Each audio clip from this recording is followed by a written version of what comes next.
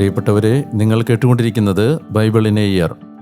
ഒരു വർഷം കൊണ്ട് വിശുദ്ധ ബൈബിൾ വായിച്ച് മനസ്സിലാക്കാൻ സഹായിക്കുന്ന ഈ ദൈവവചന വായനാ പദ്ധതി നിങ്ങളിലേക്ക് എത്തിക്കുന്നത് അസെൻഷൻ. ഞാൻ ഡാനിയലച്ചൻ.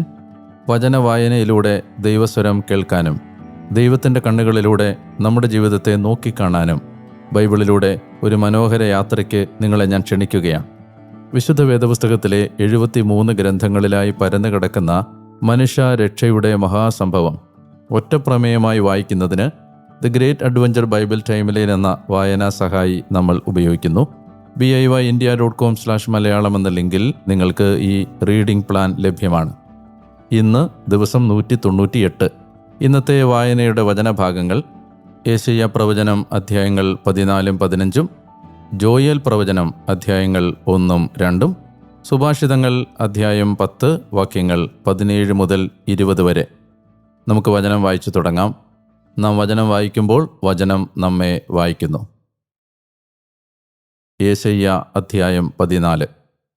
കർത്താവിന് യാക്കോബിൻ്റെ മേൽ കാരുണ്യം ഉണ്ടാവുകയും ഇസ്രായേലിനെ വീണ്ടും തിരഞ്ഞെടുത്ത് അവരെ സ്വദേശത്ത് സ്ഥാപിക്കുകയും ചെയ്യും.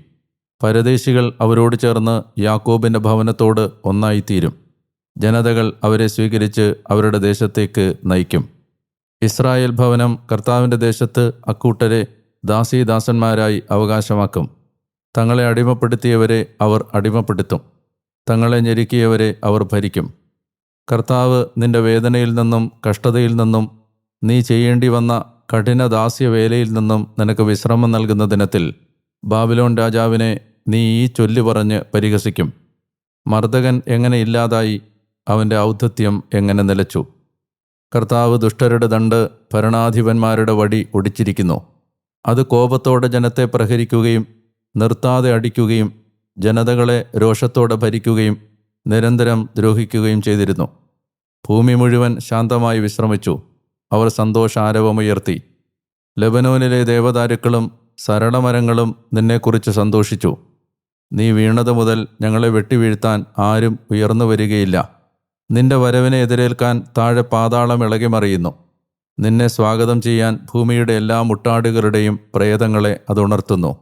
ജനതകളുടെ രാജാക്കന്മാരായിരുന്നവരെയെല്ലാം അവരുടെ സിംഹാസനങ്ങളിൽ നിന്ന് അത് എഴുന്നേൽപ്പിക്കുന്നു. നീയും ഞങ്ങളെപ്പോലെ ബലഹീനനായി, നീയും ഞങ്ങളെപ്പോലെയായി തീർന്നിരിക്കുന്നുവെന്ന് അവരെല്ലാവരും നിന്നോട് പ്രതികരിച്ച് പറയും. നിന്റെ പ്രതാപം, നിന്റെ വാദ്യഘോഷം പാതാളത്തിലേക്ക് താഴ്ത്തപ്പെട്ടിരിക്കുന്നു.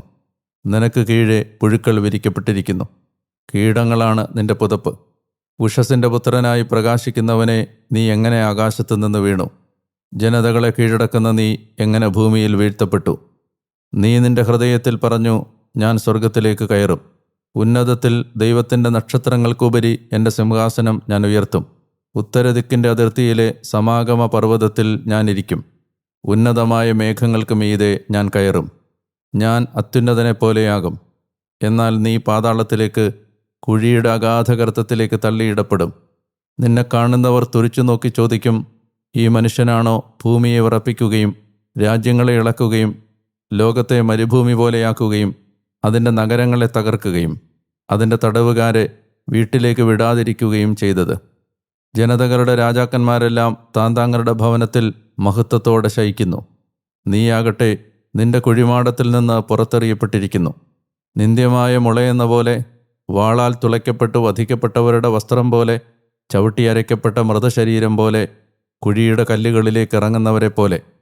നിന്റെ ദേശം നീ നശിപ്പിക്കുകയും സ്വജനങ്ങളെ കൊന്നൊടുക്കുകയും ചെയ്തതിനാൽ കബറിടത്തിൽ നീ അവരോട് ചേരുകയില്ല. തിന്മ പ്രവർത്തിക്കുന്നവരുടെ സന്തതികൾ എന്നേക്കും അറിയപ്പെടുകയില്ല. പിതാക്കന്മാരുടെ അകൃത്യ നിമിത്തം മക്കൾക്കു വേണ്ടി ഒരു കശാപ്പുശാല ഒരുക്കുവിൻ. അവർ എഴുന്നേറ്റ് ഭൂമി കൈവശമാക്കുകയും ഭൂമുഖം നഗരങ്ങൾ കൊണ്ട് നിറയ്ക്കുകയും ചെയ്യാതിരിക്കേണ്ടതിന് തന്നെ. സൈന്യങ്ങളുടെ കർത്താവിൻ്റെ അരുളപ്പാട്: ഞാൻ അവർക്കെതിരായി എഴുന്നേൽക്കും.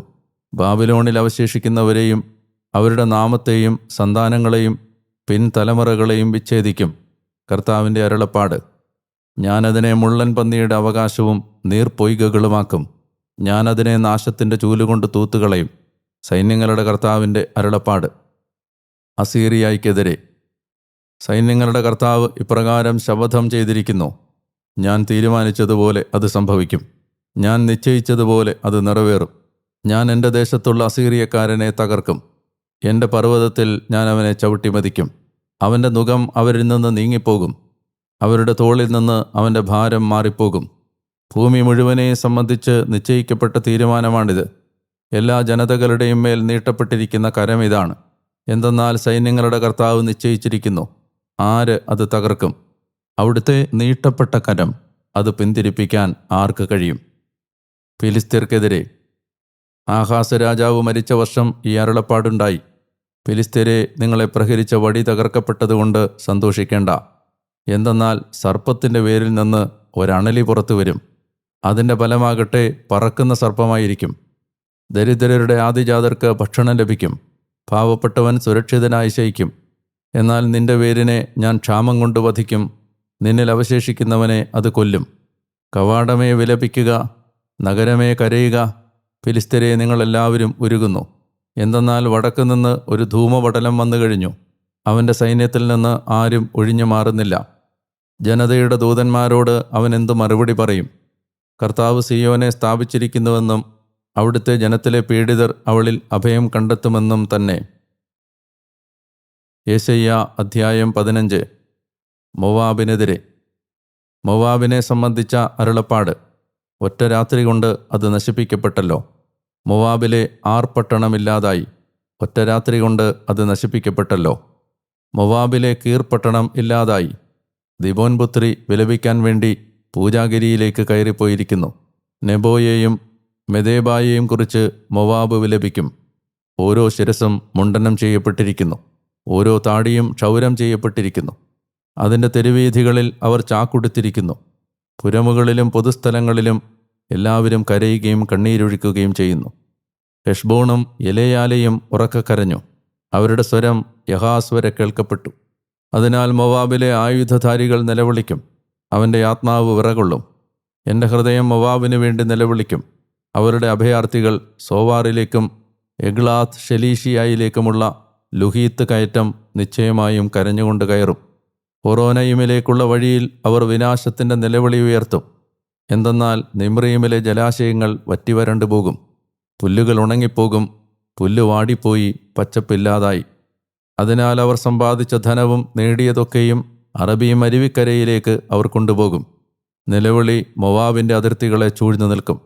അവരുടെ രോദനം എഗ്ലായും വരെ, അവരുടെ രോദനം ബേറേലിയും വരെയും. ദിബോനിലെ ജലാശയങ്ങൾ രക്തം കൊണ്ട് നിറഞ്ഞിരിക്കുന്നു. കാരണം മൊവാബിൽ നിന്നും അറിയേയിൽ നിന്നും രക്ഷപ്പെടുന്നവരുടെയും ദേശത്തവശേഷിക്കുന്നവരുടെയും മേൽ, ദിബോൻ്റെ മേൽ ഞാൻ കൂടുതൽ വിനാശം വരുത്തും. ജോയേൽ അധ്യായം 1. കൃഷിനാശം. പെത്തുവേലിൻ്റെ മകൻ ജോയേലിന് ലഭിച്ച കർത്താവിൻ്റെ വചനം. ശ്രേഷ്ഠരെ, ഇത് ശ്രവിക്കുവിൻ. സകല ദേശവാസികളുമേ ചെവിക്കൊള്ളുവിൻ. നിങ്ങളുടെ കാലത്തോ നിങ്ങളുടെ പിതാക്കന്മാരുടെ കാലത്തോ ഇങ്ങനെ സംഭവിച്ചിട്ടുണ്ടോ? ഇതേപ്പറ്റി നിങ്ങൾ നിങ്ങളുടെ മക്കളോട് വിവരിക്കുവിൻ. നിങ്ങളുടെ മക്കൾ തങ്ങളുടെ മക്കളോടും അവരുടെ മക്കൾ ശേഷമുള്ള തലമുറയോടും: വിട്ടിൽ ശേഷിപ്പിച്ചത് വെട്ടുക്കിളി തിന്നു, വെട്ടുക്കിളി ശേഷിപ്പിച്ചത് പച്ചക്കുതിര തിന്നു, പച്ചക്കുതിര ശേഷിപ്പിച്ചത് കമ്പിളിപ്പുഴു തിന്നു. മദ്യപന്മാരെ, ഉണർന്ന് നിലവിളിക്കുവിൻ. വീഞ്ഞു കുടിക്കുന്ന സകലരുമേ, പുതുവീഞ്ഞിനെ പ്രതി അലമുറയിടുവിൻ. എന്തെന്നാൽ നിങ്ങളുടെ വായിൽ നിന്ന് അത് ഒഴിവാക്കപ്പെട്ടിരിക്കുന്നു. ശക്തവും സംഖ്യാതീതവുമായൊരു ജനത എൻ്റെ ദേശത്തിനെതിരെ കയറി വന്നിരിക്കുന്നു. അതിൻ്റെ പല്ലുകൾ സിംഹത്തിൻ്റെ പല്ലുകളാണ്. സിംഹിയുടെ ദംഷ്ട്രകൾ അതിനുണ്ട്. അതെൻ്റെ മുന്തിരിച്ചെടിയെ നാശമാക്കി എൻ്റെ അത്തിവൃക്ഷത്തെ ചീളും. അതിനെ അത് പൂർണ്ണമായും തൊലിയുരിഞ്ഞെറിഞ്ഞു. അവർ അതിൻ്റെ ശാഖകൾ വെളുപ്പിച്ചു. തൻ്റെ യൗവനത്തിലെ നാഥനെ ചൊല്ലി ചാക്കുടുത്ത് വിലപിക്കുന്ന കന്യകയെപ്പോലെ പ്രലപിക്കുവിൻ. ധാന്യയാഗവും പാനീയയാഗവും കർത്താവിൻ്റെ ഭവനത്തിൽ നിന്ന് വിച്ഛേദിക്കപ്പെട്ടിരിക്കുന്നു. കർത്താവിൻ്റെ ശുശ്രൂഷകരായ പുരോഹിതന്മാർ വിലപിക്കുന്നു. വയൽ ശൂന്യമാക്കപ്പെട്ടിരിക്കുന്നു. മണ്ണ് വിലപിക്കുന്നു. എന്തെന്നാൽ ധാന്യം നശിപ്പിക്കപ്പെട്ടിരിക്കുന്നു. പുതുവീഞ്ഞു വറ്റിപ്പോയി, എണ്ണ ക്ഷയിച്ചു. നിലമൊഴുകുന്നവരെ ലജ്ജിക്കുവിൻ. മുന്തിരിത്തോട്ടക്കാരെ, ഗോതമ്പിനെ പ്രതിയും ബാർലിയെ പ്രതിയും അലമുറയിടുവിൻ. കാരണം വയൽ വിളവ് നശിച്ചിരിക്കുന്നു. മുന്തിരിവള്ളി വാടിപ്പോയിരിക്കുന്നു. അത്തിവൃക്ഷം ക്ഷയിച്ചിരിക്കുന്നു. മാതളവും ഈന്തപ്പനയും ആപ്പിളും ഉൾപ്പെടെ വെളിമ്പ്രദേശത്തെ എല്ലാ വൃക്ഷങ്ങളും ഉണങ്ങിപ്പോയിരിക്കുന്നു. തീർച്ചയായും മനുഷ്യമക്കളിൽ നിന്ന് ആമോദം പോയി മറഞ്ഞിരിക്കുന്നു. അനുതപിക്കുവിൻ. പുരോഹിതന്മാരെ, അരമുറുക്കി വിലപിക്കുവിൻ. ബലിപീഠ ശുശ്രൂഷകരെ, അലമുറയിടുവിൻ. എൻ്റെ ദൈവത്തിൻ്റെ ശുശ്രൂഷകരെ, ചെന്ന് ചാക്കിൽ രാത്രി ചെലവഴിക്കുവിൻ. എന്തെന്നാൽ നിങ്ങളുടെ ദൈവത്തിൻ്റെ ആലയത്തിൽ നിന്ന് ധാന്യയാഗവും പാനീയയാഗവും പിൻവലിക്കപ്പെട്ടിരിക്കുന്നു. ഉപവാസം ആചരിക്കുകയും ഒരു വിശുദ്ധ സമ്മേളനം വിളിക്കുകയും ചെയ്യുവിൻ. നിങ്ങളുടെ ദൈവമായ കർത്താവിൻ്റെ ആലയത്തിൽ ശ്രേഷ്ഠന്മാരെ, എല്ലാ ദേശവാസികളെയും ഒരുമിച്ച് കൂട്ടുവിൻ. കർത്താവിനോട് നിലവിളിക്കുവിൻ. ആ ദിനത്തിന് കഷ്ടം. കർത്താവിൻ്റെ ദിനം സമീപസ്ഥമാണ് തീർച്ച. അത് സർവശക്തനിൽ നിന്ന് സംഹാരം പോലെ വരുന്നു. നമ്മുടെ കൺമുമ്പിലല്ലേ ഭക്ഷണം വിച്ഛേദിക്കപ്പെട്ടത്? നമ്മുടെ ദൈവത്തിൻ്റെ ആലയത്തിൽ നിന്നല്ലേ സന്തോഷത്തിമിർപ്പും? അവരുടെ കോരികകൾക്കിടയിൽ വിത്തമർന്നു പോയിരിക്കുന്നു. ധാന്യം കെട്ടുപോയതിനാൽ സംഭരണികൾ ശൂന്യമായിരിക്കുന്നു. പത്തായങ്ങൾ തകർന്നിരിക്കുന്നു. ജന്തുഗണം എത്ര ഞരങ്ങുന്നു. തങ്ങൾക്ക് മേച്ചൽ സ്ഥലമില്ലാത്തതിനാൽ കന്നിൻ കൂട്ടങ്ങൾ ഉഴലുന്നു. ആട്ടിൻപറ്റങ്ങളും നശിക്കുന്നു. കർത്താവെ, ഞാൻ അങ്ങയുടെ നേർക്ക് വിളിച്ചപേക്ഷിക്കുന്നു. എന്തെന്നാൽ മരുപ്രദേശത്തെ പുൽപ്പുറങ്ങളെ അഗ്നി വിഴുങ്ങിയിരിക്കുന്നു. വെളിമ്പ്രദേശത്തെ വൃക്ഷങ്ങളെയെല്ലാം ജ്വാല ദഹിപ്പിച്ചിരിക്കുന്നു. വന്യമൃഗങ്ങളും അങ്ങയുടെ നേർക്ക് കേഴുന്നു. എന്തെന്നാൽ സമുദ്രത്തിൻ്റെ ഉൾച്ചാലുകൾ വറ്റിപ്പോവുകയും മരുപ്രദേശത്തെ പുൽപ്പുറങ്ങളെ അഗ്നി വിഴുങ്ങുകയും ചെയ്തിരിക്കുന്നു. ജോയേൽ അധ്യായം 2. കർത്താവിൻ്റെ ദിനം. സിയോനിൽ കാഹളം മുഴക്കുവിൻ, എൻ്റെ വിശുദ്ധഗിരിയിൽ ആർപ്പിടുവിൻ. ദേശവാസികൾ നടുങ്ങട്ടെ. എന്തെന്നാൽ കർത്താവിൻ്റെ ദിനം ആഗതമായിരിക്കുന്നു. അത് തീർച്ചയായും സമീപസ്ഥമാണ്. അന്ധകാരത്തിൻ്റെയും മ്ലാനതയുടെയും ദിനം, മേഘത്തിൻ്റെയും കൂരിരുട്ടിൻ്റെയും ദിനം. പർവ്വതങ്ങൾക്ക് മീതെ വ്യാപിച്ച ഉഷസന്ധ്യ പോലെ അനേകവും ശക്തവുമായ ഒരു ജനം. ഇതുപോലൊന്ന് നിത്യത മുതലുണ്ടായിട്ടില്ല. ഇതിനുശേഷം തലമുറ കാലങ്ങളോളം തുടരുകയുമില്ല. അതിനു മുന്നിൽ തീ വിഴുങ്ങുന്നു, പിന്നിൽ ജ്വാല ദഹിപ്പിക്കുന്നു. അതിനു മുന്നിൽ ദേശം ഏദൻ തോട്ടം പോലെ, പിന്നിൽ വിനാശ മരുഭൂമി. അതിന് രക്ഷപ്പെടൽ പോലും ഉണ്ടാവുകയില്ല. അതിൻ്റെ ദൃശ്യം കുതിരകളുടെ ദൃശ്യം പോലെയാണ്. പടക്കുതിരകളെപ്പോലെ തന്നെ അവർ പായുന്നു. രഥങ്ങളുടെ ഇരമ്പൽ പോലെ, വൈക്കോലിനെ ദഹിപ്പിക്കുന്ന തീജ്വാലയുടെ ശബ്ദം പോലെ, പടയണി ചേർന്ന ശക്തമായ ജനം പോലെ അവർ ഗിരിശൃംഗങ്ങളിൽ കുതിച്ചു ചാടുന്നു. ഇതുമൂലം ജനങ്ങൾ പുളയുന്നു. എല്ലാ മുഖങ്ങൾക്കും വിളർച്ച ബാധിക്കുന്നു. യുദ്ധവീരരെ പോലെ അവർ പാഞ്ഞെടുക്കുന്നു. പോരാളികളെപ്പോലെ മതിലുകൾ കയറുന്നു. സ്വന്തം പാതകൾ തെറ്റാതെ അവർ ഓരോരുത്തരും താന്താങ്ങളുടെ വഴികളിൽ മുന്നേറുന്നു. എന്നാൽ പരസ്പരം ഞെരുക്കാതെ യുവഗണം രാജവീഥിയിൽ ചരിക്കുന്നു. ആയുധത്തിനിടയിലൂടെ അവർ ചാടി വീഴുന്നെങ്കിലും അവർക്ക് മുറിവേൽക്കുന്നില്ല. അവർ നഗരത്തിലേക്ക് പാഞ്ഞുവരുന്നു. മതിലുകളിൽ ഓടി നടക്കുന്നു. അവർ വീടുകളിൽ കയറുന്നു. കള്ളനെപ്പോലെ ജാലകങ്ങളിലൂടെ പ്രവേശിക്കുന്നു. അതിനു മുമ്പിൽ ഭൂമി കുലുങ്ങി, ആകാശം വിറകൊണ്ടു, സൂര്യചന്ദ്രന്മാർ ഇരുണ്ടുപോയി, നക്ഷത്രങ്ങൾ തങ്ങളുടെ ശോഭ പിൻവലിച്ചു. തുടർന്ന് തൻ്റെ സൈന്യത്തിൻ്റെ മുമ്പിൽ കർത്താവ് ശബ്ദം മുഴക്കി. തീർച്ചയായും അവിടുത്തെ പാളയം വളരെ വലുതാണ്. അവിടുത്തെ ആജ്ഞ നടപ്പിലാക്കുന്നവൻ ശക്തനാണല്ലോ. കർത്താവിൻ്റെ ദിനം മഹത്തും അതിഭീതിതവുമാണല്ലോ. ആർക്കത് സഹിക്കാനാകും? പശ്ചാത്തപിക്കുവിൻ. കർത്താവിൻ്റെ അരുളപ്പാട്. ഇപ്പോഴെങ്കിലും ഉപവാസത്തോടും കരച്ചിലോടും വിലാപത്തോടും കൂടെ നിങ്ങൾ പൂർണ്ണഹൃദയത്തോടെ എന്നിലേക്ക് തിരിച്ചു വരുവിൻ. നിങ്ങളുടെ വസ്ത്രങ്ങളല്ല, നിങ്ങളുടെ ഹൃദയം കീറുവിൻ. നിങ്ങളുടെ ദൈവമായ കർത്താവിങ്കിലേക്ക് മടങ്ങുവിൻ. എന്തെന്നാൽ കൃപാലുവും ദയാർദ്രനുമാണ് അവിടുന്ന്. കോപവിമുഖനും കരുണാസമൃദ്ധനും തിന്മയെക്കുറിച്ച് പരിതപിക്കുന്നവനുമാണ്. ആർക്കറിയാം, നിങ്ങളുടെ ദൈവമായ കർത്താവിനുള്ള ധാന്യയാഗത്തിനും പാനീയയാഗത്തിനും ശേഷം അവിടുന്ന് പരിതപിച്ച് തിരിച്ചുവന്ന് ഒരു അനുഗ്രഹം അവശേഷിപ്പിക്കുമായിരിക്കും. സിയോനിൽ കാഹളം മുഴക്കുവിൻ, ഉപവാസമാചരിക്കുകയും ഒരു വിശുദ്ധ സമ്മേളനം വിളിച്ചുകൂട്ടുകയും ചെയ്യുവിൻ. ജനത്തെ ഒരുമിച്ച് കൂട്ടുവിൻ, സഭയെ വിശുദ്ധീകരിക്കുവിൻ, ശ്രേഷ്ഠന്മാരെ സംഘടിപ്പിക്കുവിൻ. ശിശുക്കളെയും മുലകുടിക്കുന്ന പൈതങ്ങളെയും ഒരുമിച്ച് കൂട്ടുവിൻ. മണവാളൻ തൻ്റെ മണവറയിൽ നിന്നും മണവാട്ടി തൻ്റെ ഉറക്കറയിൽ നിന്നും പുറത്തു വരട്ടെ. കർത്താവിൻ്റെ ശുശ്രൂഷകരായ പുരോഹിതന്മാർ മണ്ഡപത്തിനും ബലിപീഠത്തിനും മധ്യേ കരഞ്ഞു പറയട്ടെ, കർത്താവെ, അങ്ങയുടെ ജനത്തിനുമേൽ ദയാവായ്പുണ്ടാകണമേ. അങ്ങയുടെ അവകാശത്തെ പരിഹാസത്തിന് വിട്ടുകൊടുക്കരുതേ. ജനതകൾ അവരിൽ അതീശത്വം പുലർത്താനും അവരുടെ ദൈവം എവിടെയെന്ന് ജനങ്ങൾക്കിടയിൽ അവർ എന്തിനു ചോദിക്കണം? കർത്താവിൻ്റെ കാരുണ്യം.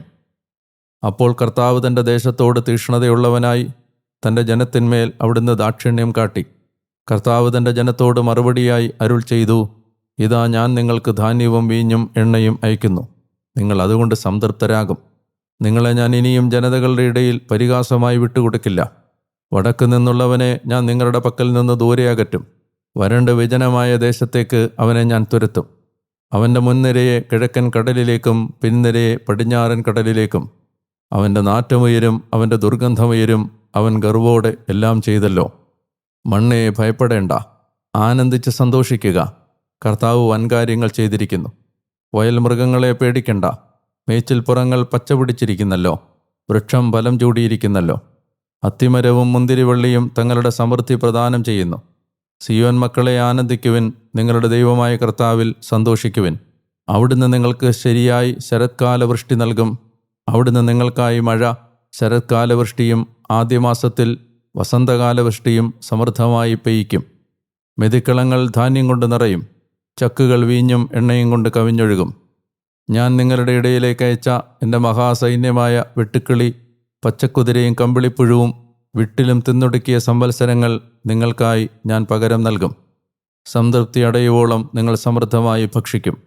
നിങ്ങളോടൊപ്പം അത്ഭുതകരമായി പ്രവർത്തിച്ച നിങ്ങളുടെ ദൈവമായ കർത്താവിൻ്റെ നാമം സ്തുതിക്കുകയും ചെയ്യും. എൻ്റെ ജനം എന്നേക്കുമായി ലജ്ജിക്കുകയില്ല.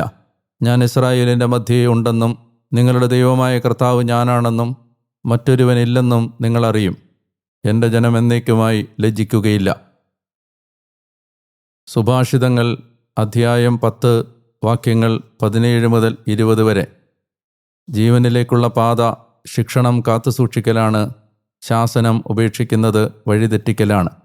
വ്യാജാധരങ്ങൾ വിദ്വേഷം മറച്ചുവെക്കുന്നു, അപവാദം പരത്തുന്നവനാരോ അവനത്രേ ഭോഷൻ.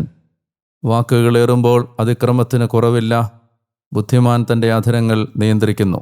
നീതിമാന്റെ നാവ് അമൂല്യമായ വെള്ളിയാണ്, ദുഷ്ടരുടെ മനസ്സ് വിലകെട്ടതും. ഈശോയിൽ ഏറ്റവും പ്രിയപ്പെട്ടവരെ, 198 ദിവസത്തിലേക്കാണ് നമ്മുടെ വചനവായന എത്തിച്ചേരുന്നത്. യെശയ്യാ പ്രവചനത്തിൽ 14 അധ്യായത്തിൽ ബാബിലോണിനെതിരെയുള്ള ശിക്ഷാവിധി തുടരുകയാണ്. ശ്രദ്ധേയമായ ചില സൂചനകൾ ഇവിടെ കണ്ടെത്താൻ കഴിയുന്നുണ്ട്. ആരാണ് ബാബിലോൺ സാമ്രാജ്യത്തിൻ്റെ പിന്നിൽ നിന്ന് ഈ ചരട് വലികൾ നടത്തുന്നത്? അതാരാണെന്ന് നമുക്ക് 12 മുതലുള്ള വാക്യങ്ങളിൽ നിന്ന് തിരിച്ചറിയാൻ കഴിയുന്നു. ലൂസിഫർ എന്നാണ് അവൻ്റെ പേര്. ഉഷസിൻ്റെ പുത്രനായ പ്രഭാത നക്ഷത്രം.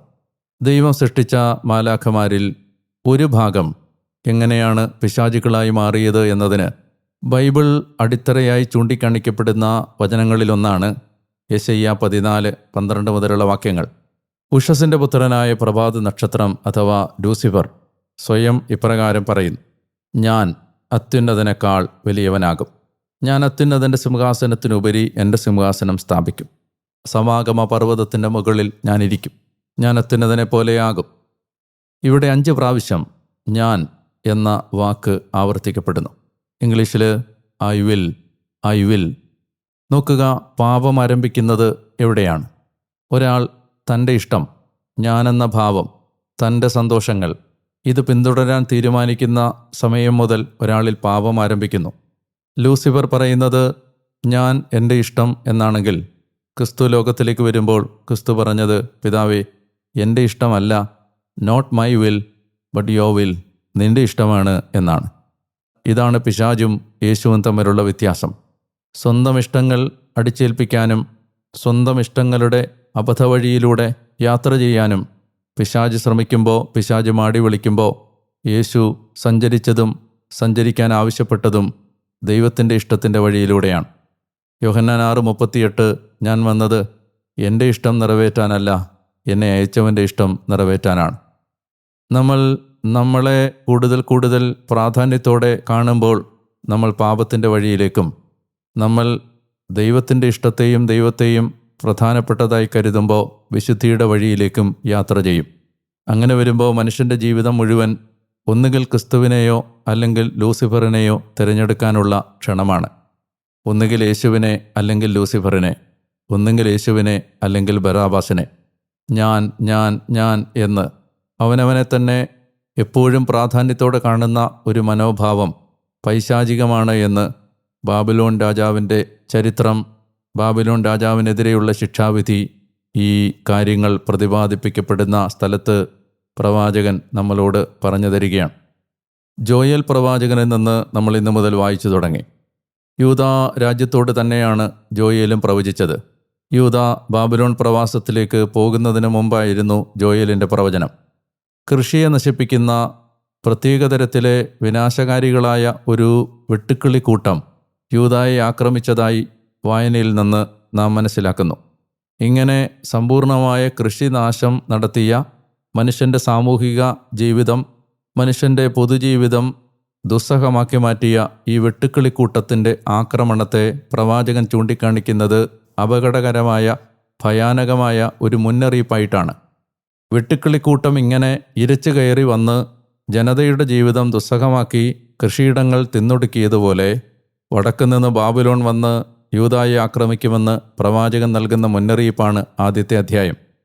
രണ്ടാമത്തെ അധ്യായത്തിൽ അനുദപിക്കാനുള്ള ആഹ്വാനമാണ്. വസ്ത്രമല്ല കീറേണ്ടത്, ഹൃദയമാണ് കീറേണ്ടത് എന്ന ആഹ്വാനം.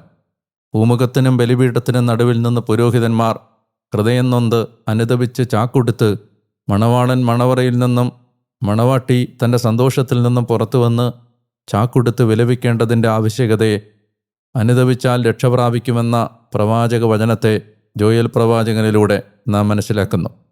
ജോയേൽ പ്രവചനം 2:25 അനുദപിച്ച് തിരികെ വന്നാൽ എല്ലാം പുനരുദ്ധരിക്കപ്പെടും എന്ന സൂചനയാണ്.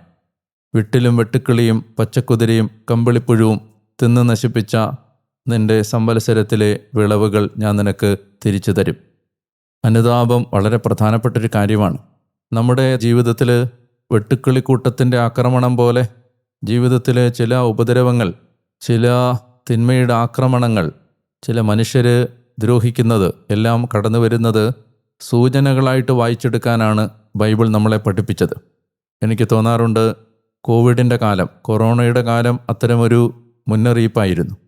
തിന്മയും പാപവും സ്വാർത്ഥതയും ദൈവനിയോഗങ്ങൾ മറന്നുള്ള ജീവിതവും തിരഞ്ഞെടുക്കപ്പെട്ടവരുടെ ഇടയിൽ പോലും കാണുന്ന അവിശ്വസ്തതയുമെല്ലാം ഭൂമിയുടെ മേൽ ഏൽപ്പിക്കാനിരിക്കുന്ന പ്രഹരത്തിൻ്റെ മുന്നറിയിപ്പായിരുന്നു കോവിഡിൻ്റെ കാലം. ഇവിടെ ബാബിലോൺ ആക്രമണത്തിന് മുമ്പ് വെട്ടുക്കിളിക്കൂട്ടം ആക്രമിച്ചതുപോലെ കോവിഡ് വരാൻ പോകുന്ന, അനുദപിച്ചില്ലെങ്കിൽ നമ്മുടെ തലയ്ക്ക് മീതെ ഏത് നിമിഷവും പൊട്ടിയടർന്ന് വീഴാവുന്ന ഒരു വാളുപോലെ തൂങ്ങിക്കിടക്കുന്ന ഒരു മഹാവിപത്തിനെതിരെയുള്ള, അതിന് മുൻകൂട്ടിയുള്ള മുന്നറിയിപ്പായിരുന്നു അത്. അനുദപിക്കാനുള്ള ജോയേൽ പ്രവാചകൻ്റെ ഈ ആഹ്വാനം അതുകൊണ്ട് എനിക്കും നിങ്ങൾക്കും ഒരുപോലെ ബാധകമാണ്. ജീവിതത്തിലെ ഓരോ ചെറുതും വലുതുമായ തെറ്റുകളെക്കുറിച്ച് അനുദപിച്ച് മാപ്പ് ചോദിച്ച് നിലവിളിച്ച് നമ്മൾ ദൈവാശ്രയ ബോധത്തിലേക്ക് മടങ്ങിവരാൻ പ്രവാസത്തിലേക്ക് പോകുന്നതിന് മുമ്പ് യൂദായുടെ തെരുവുകളിലൂടെ നഗ്നപാതനായി നടന്ന് വിലപിച്ച് പ്രവചിച്ച് യൂദായെ മുന്നറിയിപ്പ് നൽകി ഓർമ്മിപ്പിച്ച ഈ പ്രവാചകൻ നമ്മെയും അനുദപിക്കാൻ ഓർമ്മപ്പെടുത്തിക്കൊണ്ടാണ് തൻ്റെ വാക്കുകൾ നമ്മളോട് സംസാരിക്കുന്നത്. നല്ല കർത്താവേ, ഞാൻ അങ്ങേക്ക് നന്ദി പറയുന്നു. വിട്ടിലും വെട്ടുക്കിളിയും പച്ചക്കുതിരയും കമ്പിളിപ്പുഴുവും തിന്ന് നശിപ്പിച്ച സംവത്സരത്തിലെ വിളവുകൾ ഞങ്ങൾക്ക് തിരിച്ചു തരണമേ. ജീവിതത്തിലുണ്ടാവുന്ന ഓരോ സഹനങ്ങളും സങ്കടങ്ങളും കൂടുതൽ അനുദപിക്കാനുള്ള ആഹ്വാനമായി കാണാൻ ഞങ്ങളെ സഹായിക്കണമേ.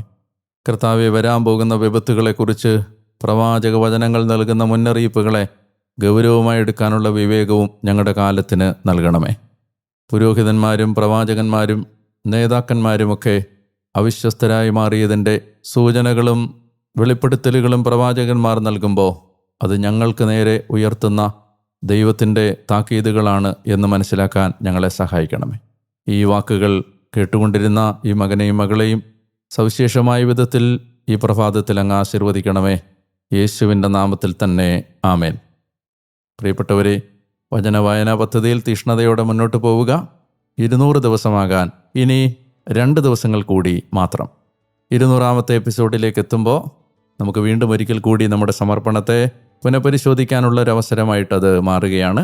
നിങ്ങളുടെ 200ാമത്തെ ദിവസം നിങ്ങളുടെ സ്നേഹിതരുടെ 1ാമത്തെ ദിവസമാകാൻ ഈ വചനവായനാ പദ്ധതിയെ അവർക്ക് പരിചയപ്പെടുത്താൻ നിങ്ങൾ മറക്കരുത്. നാളെ വീണ്ടും ഈ വചന വായനയുമായി നിങ്ങളുടെ പരിസരങ്ങളിലേക്ക് എത്തുന്നതിന് മുമ്പ് വീണ്ടും ഞാൻ നിങ്ങൾക്ക് വേണ്ടി പ്രാർത്ഥിച്ചുകൊണ്ടേയിരിക്കുന്നു. ഞാൻ ഡാനിയേലച്ചൻ. നാളെ വീണ്ടും കാണുന്നത് വരെ സ്നേഹിക്കുക, പ്രാർത്ഥിക്കുക, ഈശോയെ പങ്കുവെക്കുക. നല്ല ദിവസം നിങ്ങൾക്കുണ്ടാവട്ടെ. സർവശക്തനായ ദൈവം, പിതാവും പുത്രനും പരിശുദ്ധാത്മാവും നിങ്ങളെ അനുഗ്രഹിക്കട്ടെ. ആമേൻ.